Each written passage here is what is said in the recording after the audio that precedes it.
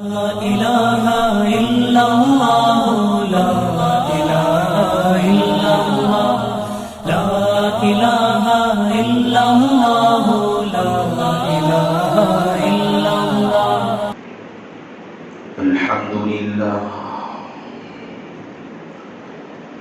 الحمد لله نحمده ونستعينه ونستغفره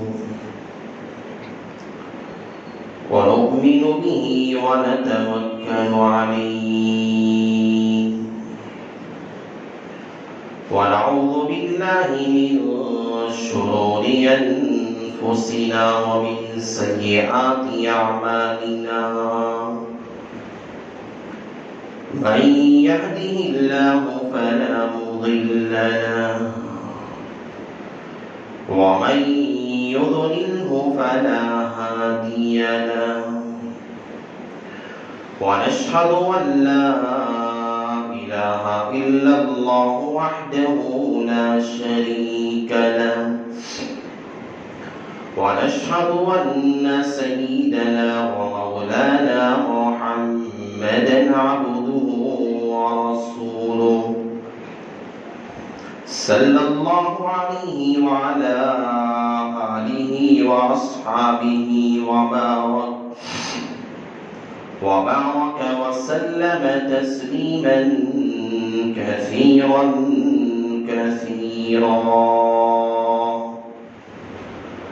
أما بعد فأعوذ بالله من الشيطان الرجيم بسم الله الرحمن الرحيم إنا نحن نزلنا الذكر وإنا له لحافظون. وقال النبي صلى الله عليه وسلم تركت فيكم أمرين لن تضلوا ما تمسكتم بهما كتاب الله وسنة رسوله أو كما قال النبي عليه الصلاة والسلام رب اشرح لي صدري ويسر لي أمري واحلل عقدة من لساني يفقهوا قولي. اللهم صل على سيدنا مولانا محمد في أول كلامنا. اللهم صل على سيدنا مولانا محمد في أوسط كلامنا. اللهم صل على سيدنا مولانا محمد في آخر كلامنا.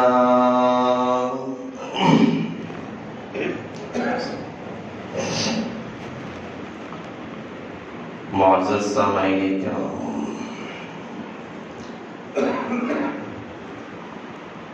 اور میرے غیور مسلمان بھائیوں،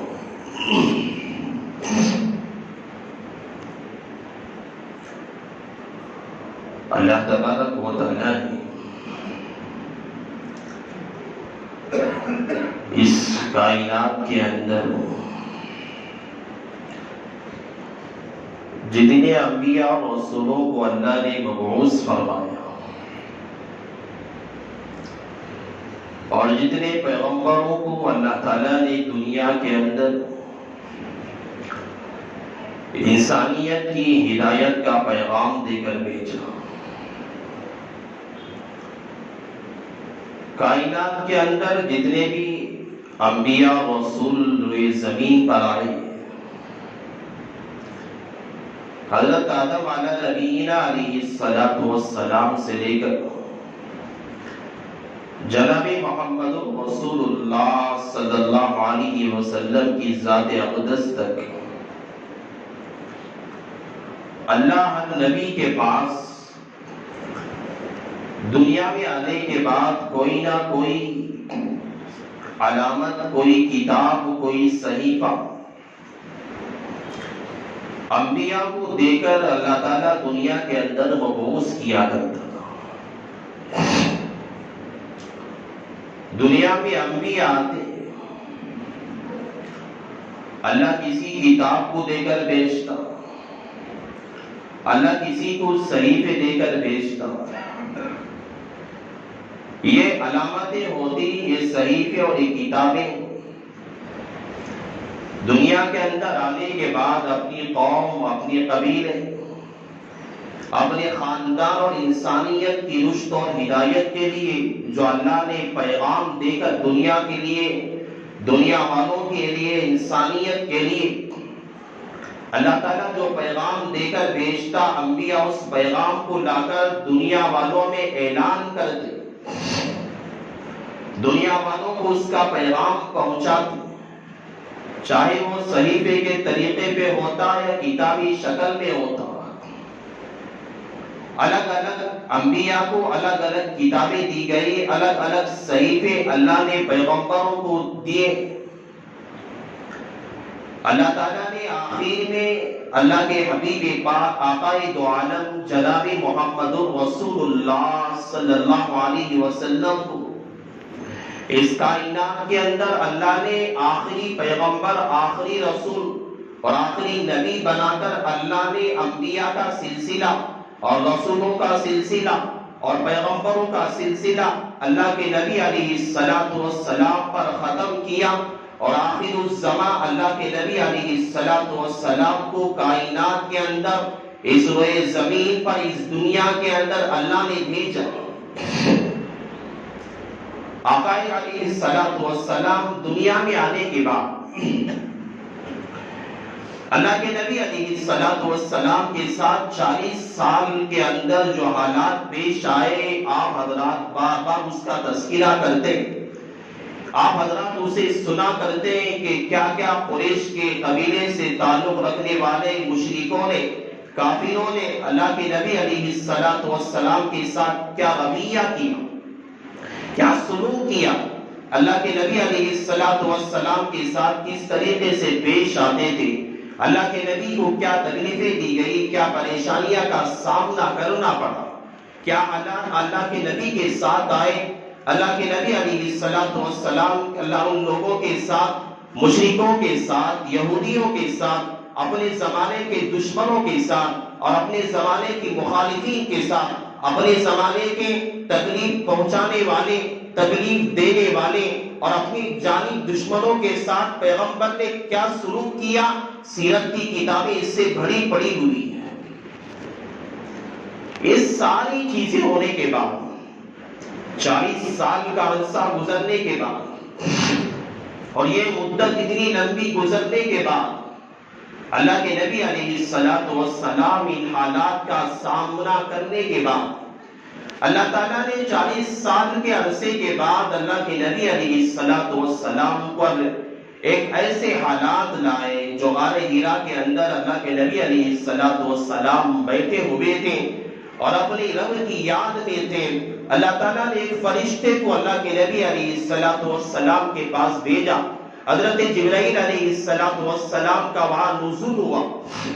حضرت جبرائیل نے اللہ کے نبی علیہ السلام سے آ کر جہاں وہاں آیت قرأ کی، اللہ کے نبی علیہ السلام سے کہا کہ آپ پڑھیے، اور یہ سارا قصہ، سارا واقعہ کتابوں میں لکھا ہوا ہے، اور یہ اللہ کے نبی علیہ السلام کے سامنے سب سے پہلی وحی تھی اور سب سے پہلے قرآن کی آیات تھی جو کلام اللہ ہم تلاوت کرتے ہیں، ہم نمازوں میں پڑھتے ہیں، ہم سنا کرتے ہیں، جن کی تلاوتیں ہوتی ہیں۔ سب سے پہلی آیت اللہ کے نبی علیہ السلام پر سورہ علق کی، اقرأ بسم ربک الذی خلق، اللہ کے نبی علیہ السلام پر اللہ نے حضرت جبرائیل کے ذریعے سے وحی کا نزول فرمایا۔ اللہ کے نبی علیہ السلام نے کہا تھا اس موقع پر میں پڑھا ہوا نہیں ہوں، اللہ کے نبی سے حضرت جبرائیل نے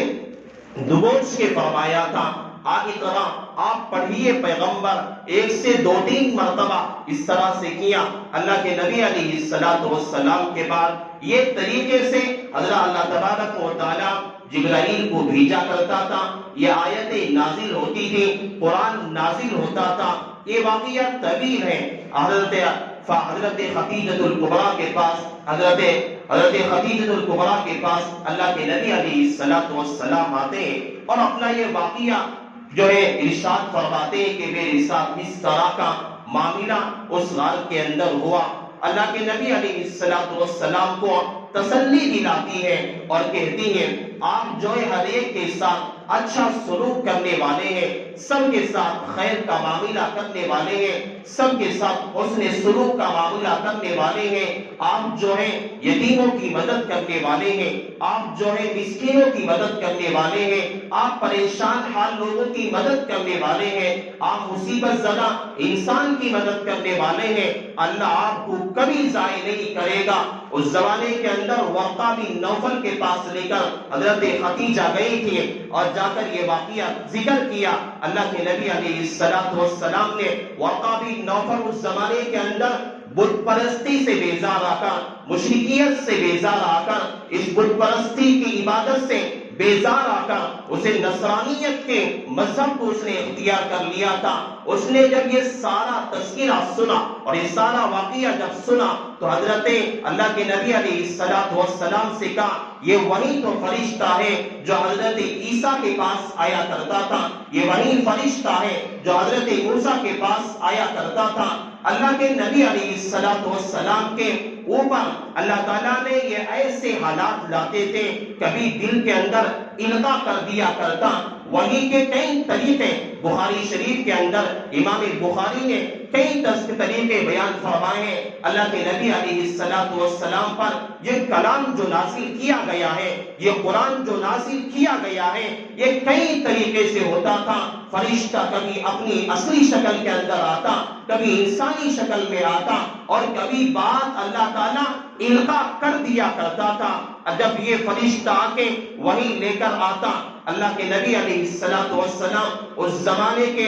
وحی کے لکھنے والے لوگوں کو بلاتے, حضرات صحابہ کو بلاتے, کہتے کہ اس وقت میں اس موقع پر یہ آیت اللہ تعالیٰ نے میرے لیے نازل فرمائی ہے, اسے لکھ لیا جائے. لکھ لیا جاتا تھا. اسی طریقے سے یہ اللہ کا کلام مکمل ہوا. 23 سال کی اس مدت کے اندر موقع پر بر موقع, اور اللہ تعالیٰ جب ضرورت پڑتی موقع بر موقع, اور جب ضرورت کے مواقع پر اللہ تعالیٰ اپنے حبیب پر, اپنے رسول پر, اپنے شہید پیغمبر پر جو آخری نبی تھے, جو آخری رسول تھے, اللہ نے جس پر انبیاء کا سلسلہ ختم کیا, رسولوں کا سلسلہ ختم کیا, اللہ تعالیٰ موقع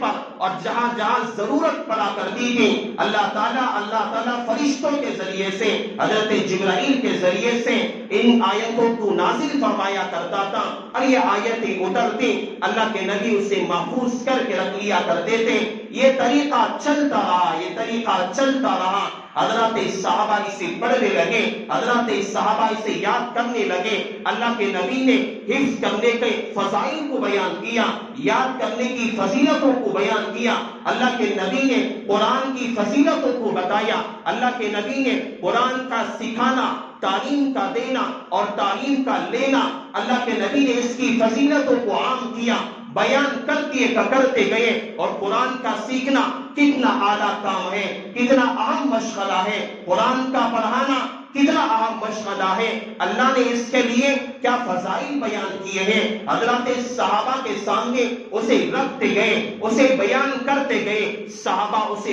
پڑھا کرتے, اسے سیکھا کرتے, اسے بولا کرتے, اس کے تفاسیر سمجھا کرتے, اسے معنی سمجھا کرتے, قرآن کے مطالب سمجھا کرتے. اور یہودی اس زمانے کے مشرک, اس زمانے کے کافر اللہ کے نبی علیہ الصلوۃ والسلام کے پاس آتے اور کہتے کہ یا محمد, یہ ابو بکر کیسا مجنون ہے, کیسا پاگل ہے, کیسا مستانہ ہے. یہ قرآن ایسے پڑھتا ہے, تلاوت ایسی کرتا ہے, قرآن کی تلاوت ایسے انداز میں کرتا ہے, تیرا کلام ایسا پڑھا کرتا ہے جو تجھ پہ وہی ایک فرشتہ جو لے کر آتا ہے, جو تو کہتا ہے کہ تیرے رب کی طرف سے کلام ہے. یہ ابو بکر تیرا صحابی ہے, تجھ پہ ایمان لانے والا ہے, تیری بات ماننے والا ہے. یہ کلام ایسا کرتا ہے جب یہ قرآن پڑھا کرتا ہے. ہماری گھر کی عورتیں ہیں, روٹی پکانا چھوڑ دیتی ہیں. ہمارے باغ کے اندر کھیت میں کام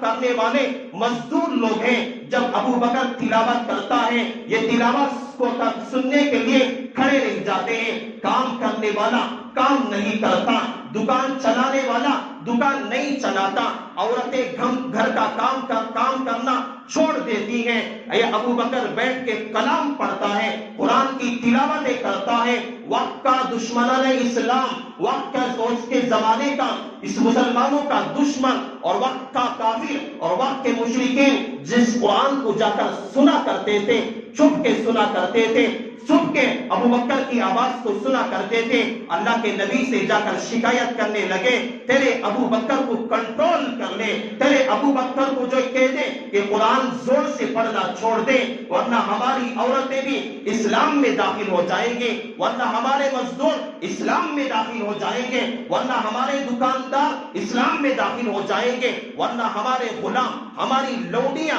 اسلام میں داخل ہو جائیں گے. یہ قرآن کا اثر تھا, پورے مکہ پہ چھایا ہوا تھا, پورے مشرکین پہ چھایا ہوا تھا, وقت کے جاہلوں پہ چھایا ہوا تھا, وقت کے دشمنوں پہ چھایا ہوا تھا. اللہ کے نبی علیہ الصلوۃ والسلام بیٹھ کر قرآن پڑھا کرتے, اور جو آدمی اللہ کے نبی کو قتل کرنے کی پلان بنانے والا, سازشیں رچنے والا اور پلان بنانے والا اور اللہ کے نبی کو تکلیف پہنچانے والا, کانٹے بچھانے والا, تکلیفیں دینے والا, کھڑ کے چھپ کے اللہ کے اس کلام کو سنا کرتا تھا. اس کلام کو میرے رب نے 23 سال کی مدت میں حضرت جبرائیل کے ذریعے سے اللہ کے نبی علیہ الصلوۃ والسلام پر اللہ نے نازل فرمایا. یہ ایسا متبرک کلام ہے, یہ ایسا معجزہ ہے میرے بھائی, یہ ایسا معجزہ ہے. دنیا کے اندر اللہ نے بہت صحیفوں کو نازل فرمایا, بہت کتابوں کو اللہ نے نازل فرمایا, لیکن یہ کلام جس طرح ہے,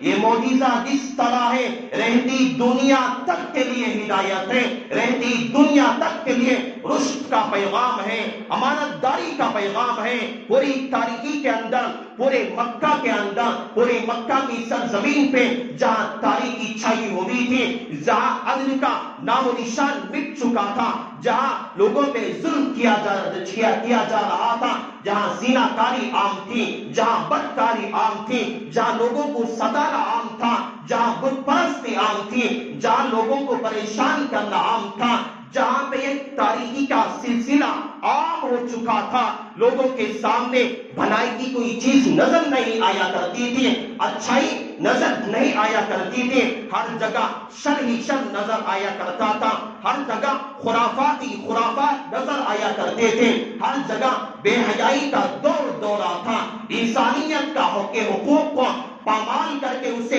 گاڑ دیا تھا. نہ بچوں کے حقوق تھے, نہ بچیوں کے حقوق تھے, نہ ماں باپ کے حقوق تھے, نہ اپنی بچیوں کے حقوق دیا کرتے تھے, نہ پڑوسیوں کے حقوق تھے, نہ رشتہ داروں کے حقوق تھے, نہ اپنے بڑوں کے حقوق تھے, نہ بچوں کے حقوق تھے. اللہ تعالیٰ نے اپنے پیغمبر پر, اپنے محبوب پر, اپنے رسول پر جو 40 سال کی اس مدت کے بعد اللہ تعالیٰ نے اس کلام کو غار ہیرا کی اس سرزمین پہ اللہ نے جو نازل فرمانا شروع کیا, یہ کلام ایسا کلام ہے, ایسا متبرک کلام ہے. اس آیتوں کے نازل ہونے کے بعد, اس کلام کے دنیا کے اندر آنے کے بعد تاریکی کا سلسلہ ختم ہو گیا, ظلم ختم ہو گیا, حق کو عام کر دیا گیا, عدل کو قائم کر دیا گیا, انصاف قائم کر دیا گیا, رشتہ داروں کے حقوق دلوائے گئے, ماں باپ کے حقوق دلوائے گئے, بچوں کے حقوق دلوائے گئے, بچیوں کے حقوق دلوائے گئے.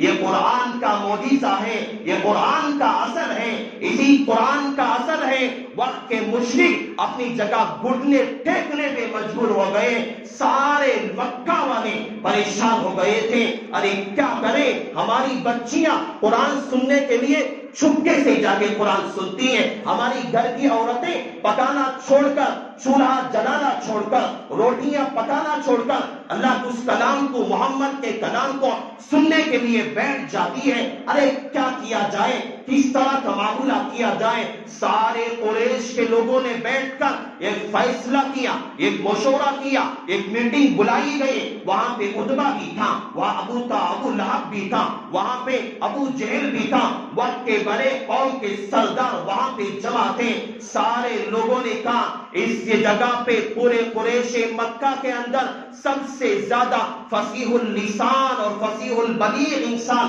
سب سے زیادہ عربی دان بولنے والا کون ہے؟ لوگوں نے کہا عتبہ سب سے زیادہ فصیح اور بلیغ زبان بولنے والا ہے۔ تو لوگوں نے کہا عتبہ کو طے کیا گیا کہ وہ جائے اور محمد سے بات کر کر آئے۔ رسول اللہ صلی اللہ علیہ وسلم جا کے بات کر کے آئے۔ وہ کیا مانگنا چاہتا ہے کہ وہ اپنے دین کو چھوڑ دے؟ جو مانگے گا، جو جائیداد پوچھے گا، جو پراپرٹی پوچھے گا، جو محلات پوچھے گا، جو عورتیں پوچھے گا، جو سرداری پوچھے گا، ہم دینے کے لیے تیار ہیں۔ عتبہ یہ فصیح البلیغ انسان ہے، قرآن فصاحت میں اترا ہے، یہ بھی فصاحت بولنے والا ہے۔ اس زمانے کی عربی آپ جانتے نہیں ہیں، بڑے فصیح لوگ تھے، بڑے عربی دان لوگ تھے، بڑی فصاحت اور بلاغت کا سمندر ان کے یہاں ٹھاٹے مارا کرتا تھا۔ اس زمانے کے اندر اس زمانے کے سرداروں نے عتبہ کو طے کیا اور عتبہ گیا، اللہ کے نبی علیہ السلام کی خدمت میں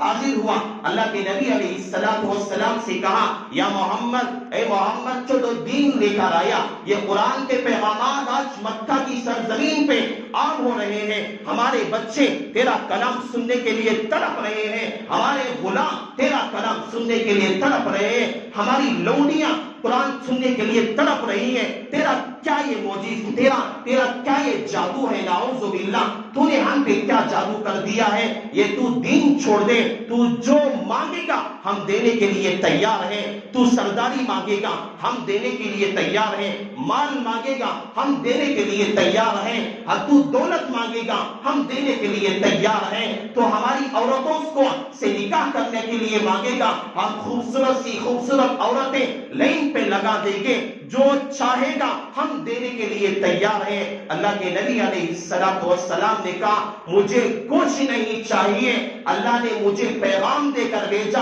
اللہ کے نبی علیہ السلام نے عتبہ کے سامنے سورہ رحمان کی تلاوت فرمائی۔ جب یہ عتبہ اللہ کے کلام کی جب تلاوت سن رہا تھا، الرحمن علم القرآن خلق الانسان، جب یہ اللہ کے نبی علیہ السلام تلاوت کر رہے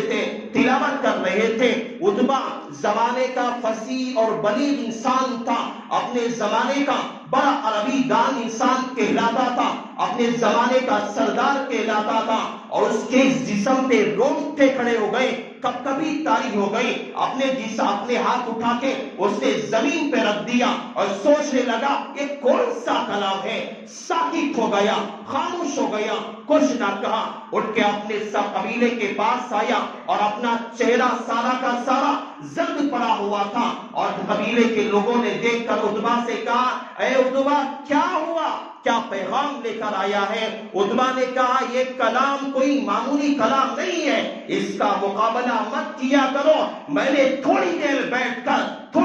بیٹھ کر میں نے محمد سے اس کلام کی تلاوت سنی ہے، میری زبان ساکت ہو گئی، میں خاموش ہو گیا، اس کا مقابلہ مت کیا کرو۔ اگر تم اس کا مقابلہ کرو گے تو نیست و نابود ہو جاؤ گے، ختم ہو جائے گے۔ یہ کوئی معمولی کلام نہیں ہے۔ اللہ کا کلام وقت کے کافروں پہ اثر کیا، وقت کے مشرکوں پہ اثر کیا۔ اللہ کا کلام ایسا کلام ہے، یہ کلام جو ہم سنتے ہیں اس کی قدر آج ہمیں معلوم نہیں ہوگی،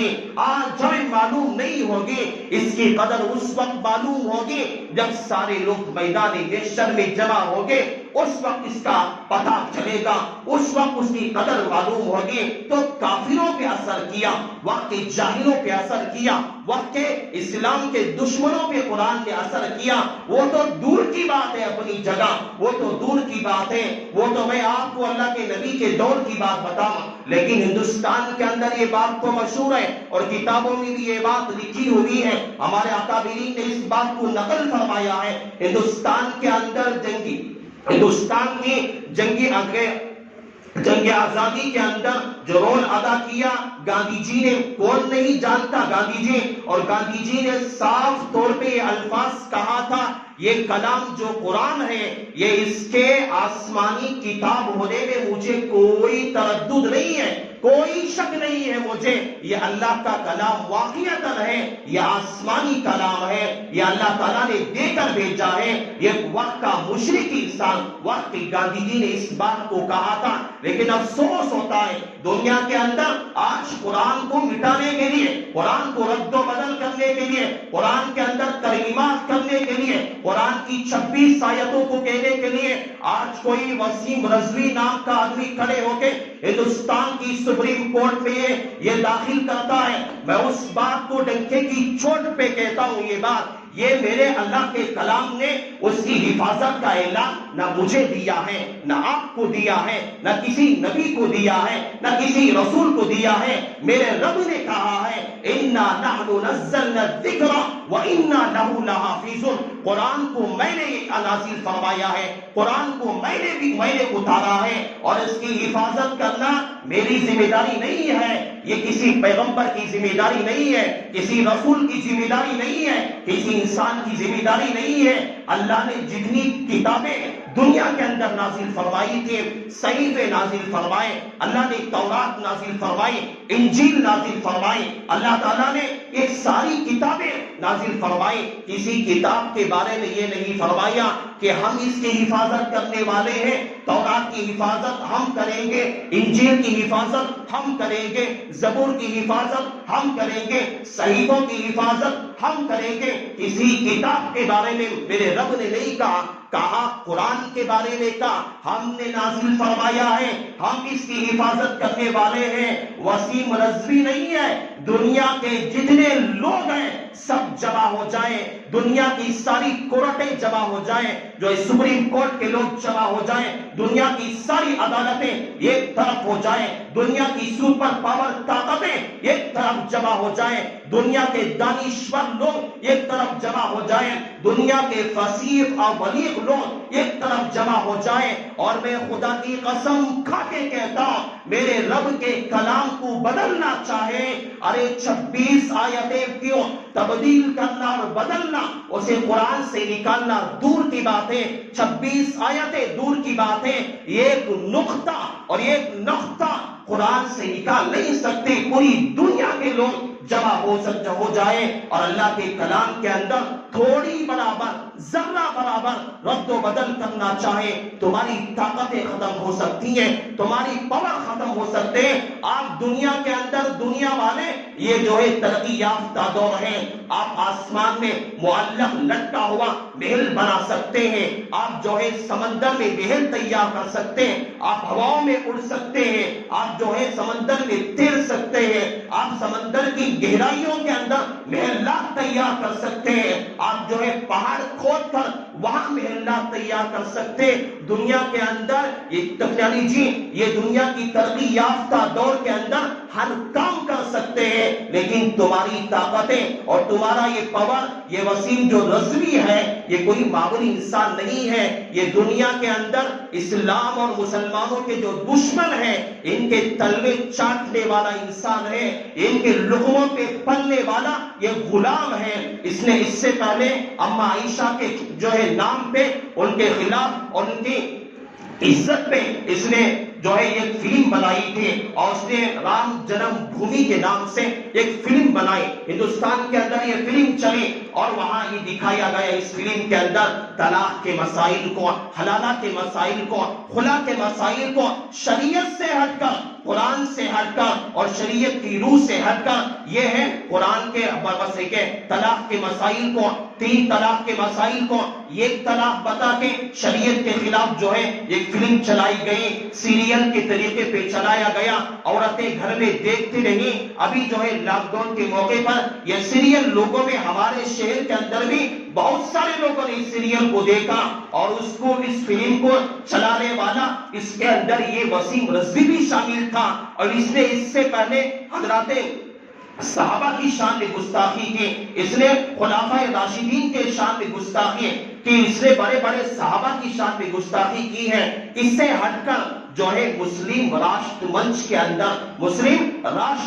اندر کچھ لوگ ایسے بھی پالتو لوگ ہیں جو ان لوگوں کی جوتیوں صاف کرنے والے ہیں، جو ہندوستان کے اندر اسلام کو جو لوگ مٹانا چاہتے ہیں، ہندوستان کی سرزمین سے جو انگریزی ذہنیت رکھنے والے، انگریزیت کے نقش قدم پہ چلنے والے، جس طرح ہندوستان کے اندر انگریز نے کھڑے ہو کر جب مسلمانوں کو ختم کیا گیا، ہندوستان کے اندر وہ دور بھی آیا مسلمانوں جبکہ قرآن کو جلایا جا رہا تھا، قرآن کے صحیفوں کو دفن کیا جا رہا تھا، حفاظ کو پھانسی دی جا رہی تھی، علماء کو سولیوں پہ لٹکایا جا رہا تھا، علماء کو بندوق کے توپ پہ لگا کر اڑایا جا رہا تھا، مساجد کو بند کیا جا رہا تھا، مدارس پہ تالا لگایا جا رہا تھا۔ اس وقت انگریز نے کھڑے ہو کر کہا تھا ہندوستان سے قرآن ختم ہو گیا ہے، ہندوستان سے اسلام ختم ہو چکا ہے۔ ایسی ذہنیت رکھنے والے ہندوستان کے اندر میں نام نہیں لیتا،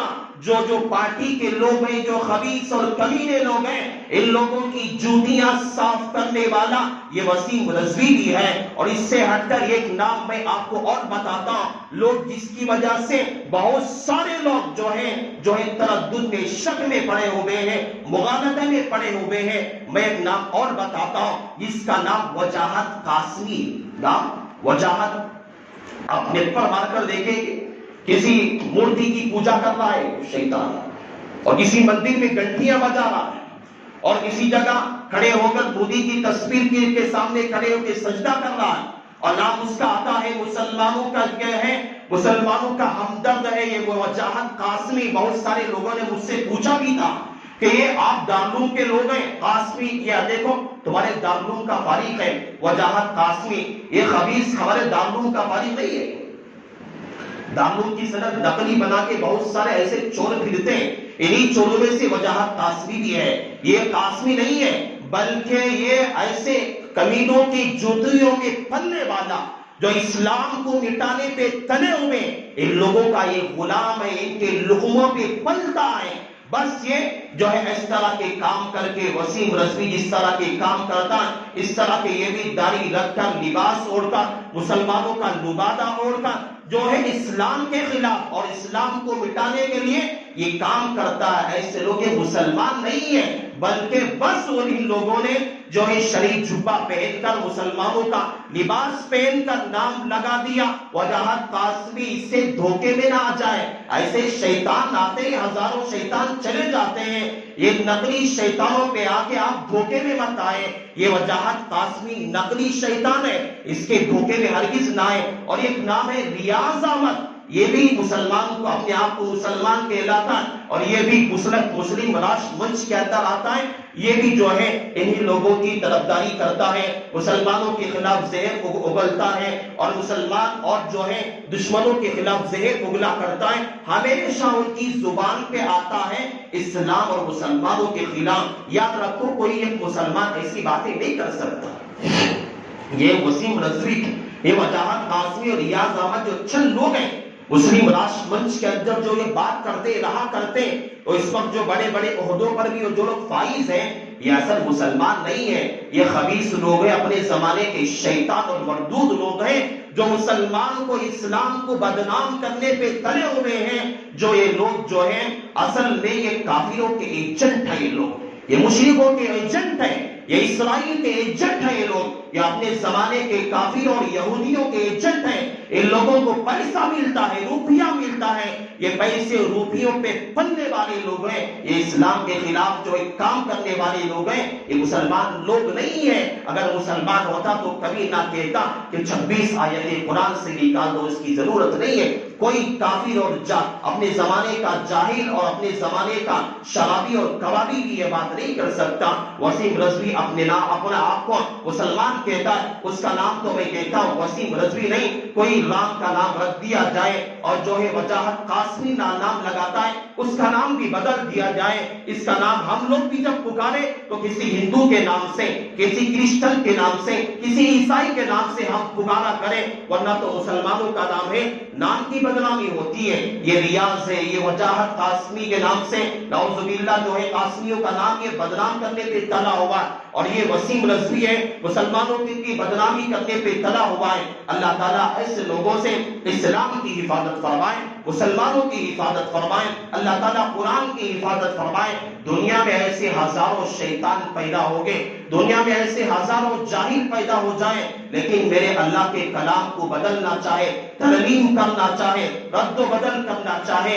یہ ایک آیت نہیں, ایک حرف نہیں, ایک نقطہ بدلنا بھی چاہے, دنیا کے اندر کسی نے وہ طاقت نہیں رکھی ہے کہ وہ میرے اللہ کے کلام کے ایک نقطے کو بدل سکے. کوئی دنیا کے اندر یہ طاقت نہیں ہے. اگر بدلے بھی پوری دنیا والے قرآن کو جلا دے, قرآن کو دفن کر دے. اللہ نے ایسے حفاظ تیار کر کے رکھے ہیں, اللہ نے ایسے حفاظوں کو تیار کر کے رکھا. ایک بیٹھک میں بغیر نقطے کہ کسی چھوٹ کے, بغیر کسی زبر اور زیر کو چھوڑے کے پورا قرآن ایک بیٹھک میں لکھوا سکتے ہیں. ایسے ہزاروں اور لاکھوں اور کروڑوں اللہ تعالیٰ نے حفاظ اور علماء کو اللہ تعالیٰ نے تیار کر کے رکھا ہے. اللہ اپنی ذمہ لیا ہے, اللہ ضرور حفاظت کرے گا. قیامت تک اس کے اندر رد و بدل نہیں آ سکتے. لاکھ کوششیں کر لیں, لاکھ سازشیں رچ لیں, کوئی تبدیلی نہیں آ سکتی. اللہ تعالیٰ اسلام کی, اللہ مسلمانوں کی حفاظت فرمائے, اور ایسے اسلام کے خلاف,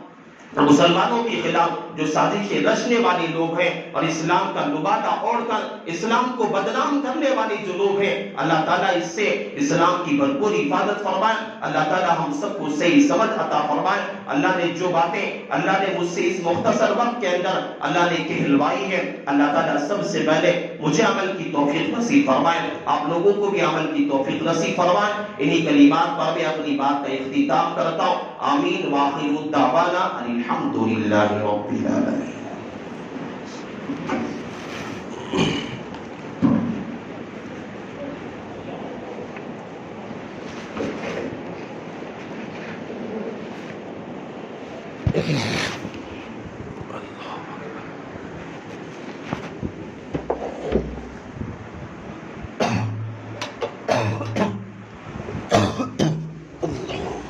اللہ